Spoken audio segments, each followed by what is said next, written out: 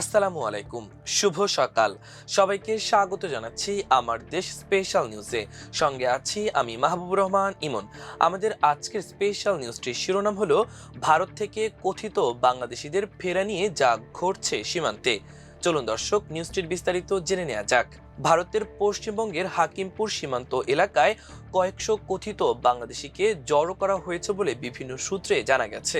দাবি করা হচ্ছে এরা বিভিন্ন সময় অবৈধ পথে ভারতে প্রবেশ করে সেখানে বসবাস ও কাজ করছিলেন এবং এখন তাদের বাংলাদেশে ফেরত পাঠানোর প্রক্রিয়া চলছে। এ নিয়ে একটি প্রতিবেদন প্রকাশ করেছে বিবিসি বাংলা। প্রতিবেদনে বলা হয়, ভারতীয় গণমাধ্যম স্থানীয় সূত্রগুলোর তথ্য মতে উত্তর 24 পরগনার হাকিমপুর সীমান্তে গত এক সপ্তাহ ধরে প্রতিদিনই বাংলাদেশি পরিচয়ধারী বহু মানুষকে দেখা যাচ্ছে। তাদের পরিচয় ও নথিপত্র যাচাইয়ের জন্য স্থানীয় হোল্ডিং সেন্টার বা অস্থায়ী আটক কেন্দ্রে রাখা হচ্ছে বলেও জানা গেছে।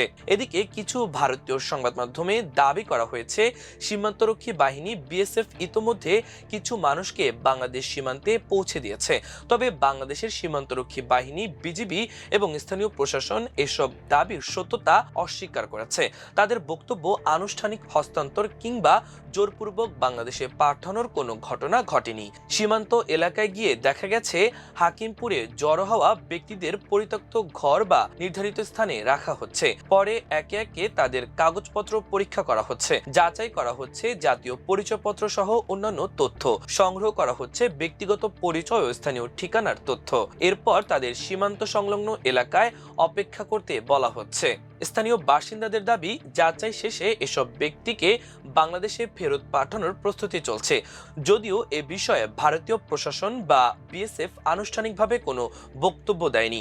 পরে তাদের স্বরূপনগর এলাকার হোল্ডিং সেন্টারে নিয়ে যাওয়া হচ্ছে বলেও জানা গেছে।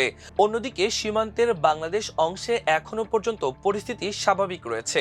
সাতক্ষীরার কলারোয়া উপজেলার কাকডাঙ্গা সীমান্ত এলাকায় স্থানীয় জনপ্রতিনিধি, প্রশাসন ও আইন শৃঙ্খলা বাহিনীর সদস্যরা জানিয়েছেন, ভারত অংশে নানা তৎপরতার খবর পাওয়া গেলেও বাংলাদেশে বড় ধরনের কোনো অনুপ্রবেশ বা পুশিনের ঘটনা ঘটেনি। সাতক্ষীরা সীমান্ত সংলগ্ন এলাকার জনপ্রতিনিধিদের ভাষ্য, হাকিমপুরে লোকজন জড়ো হওয়ার খবর তারা শুনেছেন, তবে শত শত মানুষের বাংলাদেশে প্রবেশের কোনো তথ্য তাদের কাছে নেই। একই কথা জানিয়েছে স্থানীয় পুলিশ প্রশাসনও। সীমান্তে বিজিবি সতর্ক অবস্থানে রয়েছে এবং নজরদারি জোরদার করা হয়েছে। সাতক্ষীরা জেলা প্রশাসন জানিয়েছে, ভারত থেকে জোরপূর্বক কাউকে বাংলাদেশে পাঠানোর চেষ্টা করা হলেও তা সফল হয়নি। বিজিবির সঙ্গে নিয়মিত যোগাযোগ রাখা হচ্ছে এবং সীমান্ত পরিস্থিতি নিবিড়ভাবে পর্যবেক্ষণ করা হচ্ছে। যশোর, রাজশাহী, চাঁপাইনবাবগঞ্জ ও চুয়াডাঙ্গা সহ অন্যান্য সীমান্তবর্তী জেলার প্রশাসনও জানিয়েছে, এখনো পর্যন্ত ভারত থেকে কাউকে আনুষ্ঠানিকভাবে হস্তান্তর বা জোর করে বাংলাদেশে প্রবেশ করানোর কোনো তথ্য পাওয়া যায়নি। তবে ঝিনাইদহ সীমান্ত এলাকায় অবৈধভাবে প্রবেশের চেষ্টার সময় 2 নারীকে আটক করার ঘটনা ঘটেছে বলে জানা গেছে। বিজিবির কর্মকর্তারা বলছেন, সাম্প্রতিক সময়ে কয়েকবার পুশিনের চেষ্টা হলেও তাদের সদস্যরা তা প্রতিহত করেছে। বিশেষ করে গত 26শে মে সর্বশেষ এমন একটি চেষ্টা হয়েছিল বলে দাবি করা হয়েছে। এরপর নতুন করে কোনো সফল পুশিনের ঘটনা ঘটেনি। বিজিবির ভাষ্য অনুযায়ী, কাউকে আনুষ্ঠানিকভাবে হস্তান্তর করা হলে সেটি নির্ধারিত প্রক্রিয়ার মাধ্যমেই হবে। তাই গোপনে শত শত মানুষকে সীমান্ত দিয়ে বাংলাদেশে পাঠানোর দাবি বাস্তবসম্মত নয়। তারা আরও বলেছেন, সীমান্তে সর্বোচ্চ সতর্কতা বজায় রাখা হয়েছে এবং যে কোনো ধরনের অনুপ্রবেশ ঠেকাতে প্রয়োজনীয় ব্যবস্থা অব্যাহত রয়েছে। প্রিয় দর্শক, আমাদের আজকের স্পেশাল নিউজটির আয়োজন এ পর্যন্তই। পরবর্তীতে আরেকটি স্পেশাল নিউজ নিয়ে আপনাদের সামনে হাজির হব। সে পর্যন্ত মহান আল্লাহ তাআলা আপনাদের সবাইকে ভালো রাখুক, সুস্থ রাখুক।